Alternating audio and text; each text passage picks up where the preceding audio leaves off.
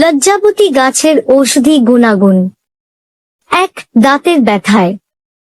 লজ্জাবতী গাছের মূল বা শিকড় থেতো করে পানিতে সেদ্ধ করুন। এর সাথে 1 চিমটি লবণ মিশিয়ে নিন। এরপর কুসুম গরম অবস্থায় ছেঁকে নিয়ে সেই পানি দিয়ে দিনে 5 থেকে 7 বার কুলকুচি করুন। 2. শরীরের শক্তি বৃদ্ধিতে।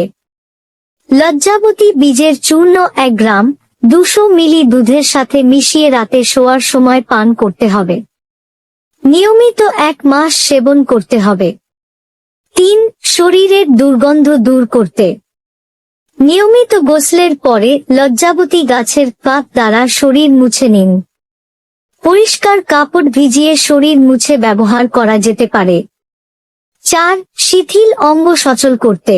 লজ্জাবতী বীজের চূর্ণ 20 গ্রাম 100 মিলি সরিষার তেলে হালকা ভেজে নিন। ঠান্ডা হলে এতে 1 গ্রাম কর্পূর মিশিয়ে অল্প পরিমাণ তেল শিথিল অঙ্গে মালিশ করুন। 5. পচা ক্ষত সারাতে। নিয়মিত কয়েকদিন লজ্জাবতী গাছের কাঠ দিয়ে ক্ষত স্থান পরিষ্কার করুন। 6. শরীরের ত্বক টাইট রাখতে। লজ্জাবতী বীজ দিয়ে তৈরি তেল নিয়মিত গোসলের পরে শরীরে মালিশ করুন।